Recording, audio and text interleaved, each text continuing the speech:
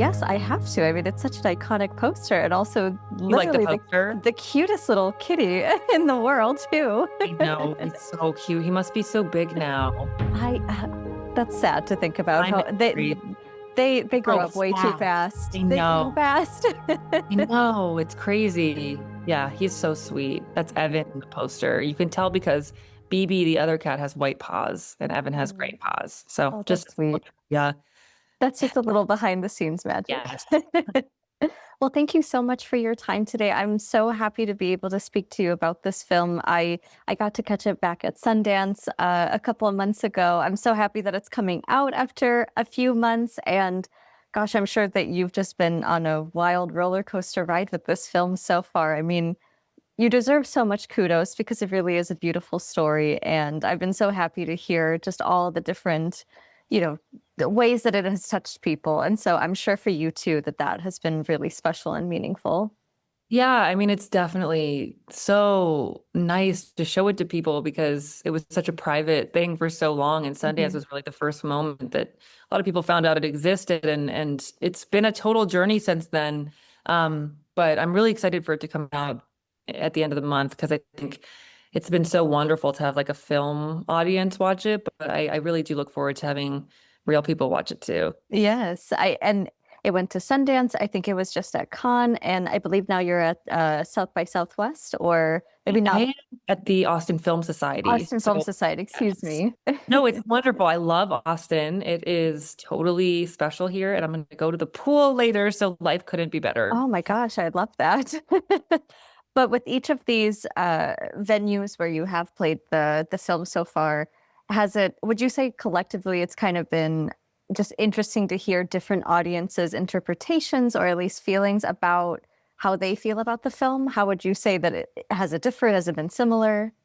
Yeah, I mean, it's interesting. I think different audiences have different energies after the screenings. And I mean, people talk to me when they like the film and less when they don't. So it's been really special to meet people who feel connected to the film after the screenings. And yeah, I mean, it's been kind of, I mean, it's been amazing because I made the film in such a, like, about feeling so lonely. Mhm. And I feel very held by the people watching the film. Like, I feel um, very in community in a lot of ways, but it's also this sad, sort of disheartening feeling of, wow, this is a real thing that other Mhm. people go through, and there's like a sadness to it too. But I'm glad the film is providing that for me, at least, and it feels good when it's happening for someone else too. Mhm. It certainly does come with a number of emotions, as I can certainly attest to, and I know you can too.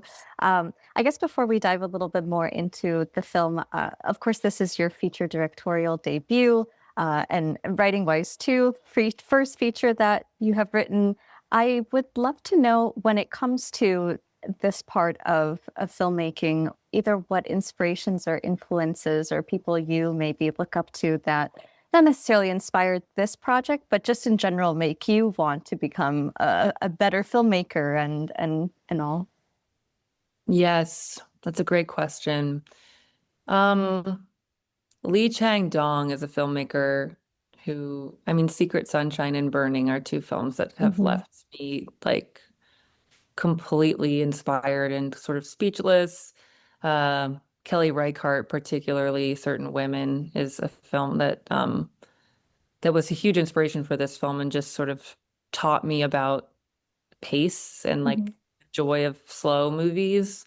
Um, and Ryosuke Hamaguchi is, I think, brilliant and like one of the most inspiring filmmakers we have. Drive My Car is, and Evil Does Not Exist too are two movies that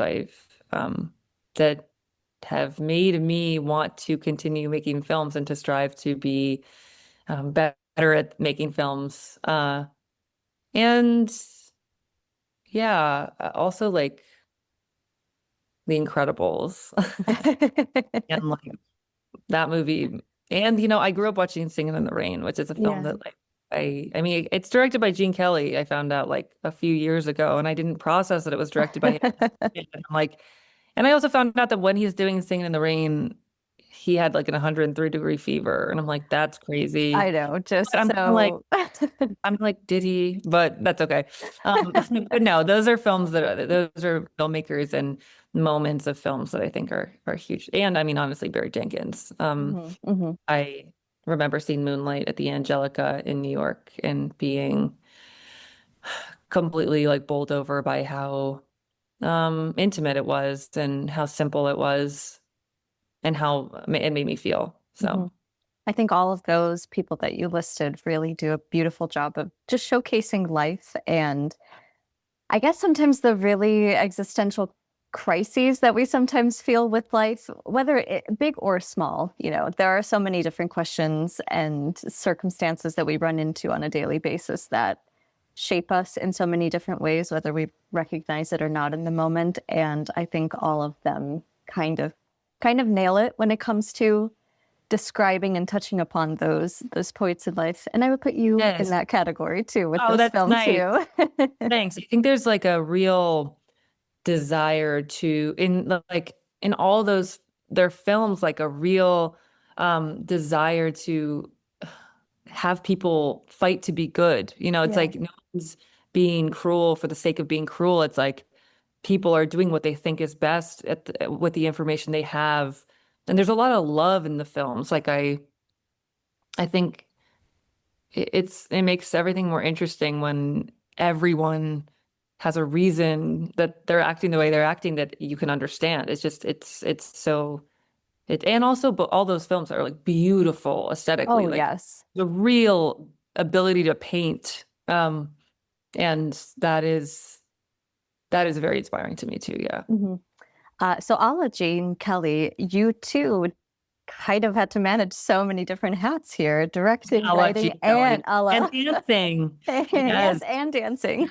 And Yes. I that's always so impressive to me, whether it's someone's first film or just however many they've done down the line. Do you feel like you view the film in different ways as you are taking on the director's chair versus writer's chair versus actor's chair? Do you feel that? You know, I I didn't when we were shooting, I didn't have trouble with like watching myself. Hmm. There were moments when I was like, I can't. I'll watch it without sound, and I'm Hmm. just watching with like almost blurred eyes for just like shape. Hmm. But I actually really enjoyed the journey of just going back and forth as and making that time between going back and forth as fast and efficient as possible. And some scenes, require me to remain in actor mode and trust everyone around me that Hmm. looks the way I need it to. And then some scenes I got to kind of have a heavier, like behind the monitor hand, depending on sort of the tone and the need of the scene. But I think in the edit was when it struck me, took me a little bit to wrap my head around the fact that it was me and uh, that the performances and the shots we got were done. Like now it's about putting the pieces together, and Hmm. it definitely was emotional to sort of watch my character go through what she goes through because on set there's like this real catharsis of like an adrenaline of I'm getting to perform it finally after all this time working towards this moment. Like all these pieces come together and there's like this euphoria of these are the words that I'm saying and these are the words that will be in the film. And there's a real joy to that. And then in the edit, you have more time to process. And Hmm. it was like, wow, what happens to this person is really bad. And there was a real like sitting with that and realizing that's hard. And Hmm. this is a hard film in moments. And so there was but the one thing that was really helpful is just I was surrounded by people who understood that I was doing both things and could be my eyes and ears when I couldn't be Hmm. somewhere else.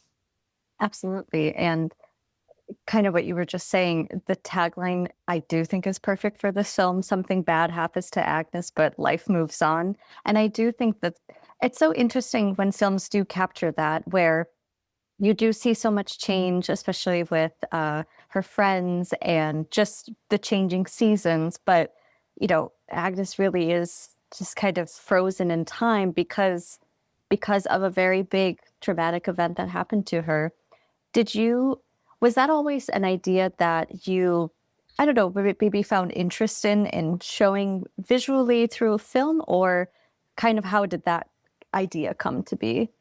Yeah, I mean, the mission statement a bit of the film for me was trying to make a film about the aftermath of this kind of violence and focusing on an attempt at healing and not the violence itself. Hmm. Because I was sort of wondering, like, can a film exist without that violence in it? And Hmm. can the film still be something that that feels powerful? You know, it was kind of what I was trying to figure out. Um, and and so that was sort of like how it got started. But then it became very clear to me that the film wanted to happen over 4.5 years, and that would be like the framework of the film, and that's Hmm. sort of the container of what this story is. So it's like about trying to heal, but in this one particular time. And the film begins um chronologically, like with this thing happening, and then sort of and then there's like all these moments of feeling stuck, and then the film ends with Agnes finally being able to, for like a second, see outside of herself. Because I think like, this kind of trauma where the body and the spirit become divorced is so altering and can make you very selfish, and not in like a pejorative way, but just it just, you have to focus on yourself and Hmm. survival. Hmm. And so Liddy is doing a lot of care. And at the very end of the film, Agnes is like, I can watch the baby for 20 minutes. And that's a very small offer. But like for Agnes's journey, to be able to see that someone else has a need and to be able to say, I can do this for you, I think Hmm. is like the end of a chapter of a version of feeling stuck. And obviously healing is very nonlinear, and there's no like bow, you know, on the end of the film. But then I also think seeing this baby, like Agnes is able to say like, I'm seeing a way in which I could be of use in the future. Hmm. And I think Hmm. that is very meaningful to her. And I think she's in some ways trying to offer the baby what um Liddy gave to her. So Hmm. uh yeah, I do think the like degree of healing in the film is very small, but it is about this one particular time and how much healing can happen in that amount of time. And also going back to, again, a lot of the films that you listed, just the importance of love, and so much love that Liddy gives Agnes, and then Agnes Yes. able to pass it on to Liddy's baby. I love that too as like a perfect end note. Thank you. Thank Of you so course. much. Of course. I am getting the wrap, but it was such a, Art, I am. It it's so goes nice so talking fast. to you. It was Thank so you for nice this. talking to you too. Very similar names that we have, so we I have an know. I instant love bond your name. here. I love your name. I've never seen it like that. Thank you. That was my very Bosnian mother who said she doesn't need two M's. One is enough. You'll survive with one M. She'll That's do it. It's so okay. fun. That's why mom did Ava spelled EVA because of like France. And I'm like, Oh, okay, yes, but yes. I love that's that. cool. That's very cool. Nice to meet you. Thank you for doing So this. nice to meet you too. I hope we get a chance to talk again in the future. But again, really congratulations with this beautiful film. I'm excited to see whatever else comes from you. Oh, thank you so much. Of Talk soon. course. Enjoy your day. Bye. Bye.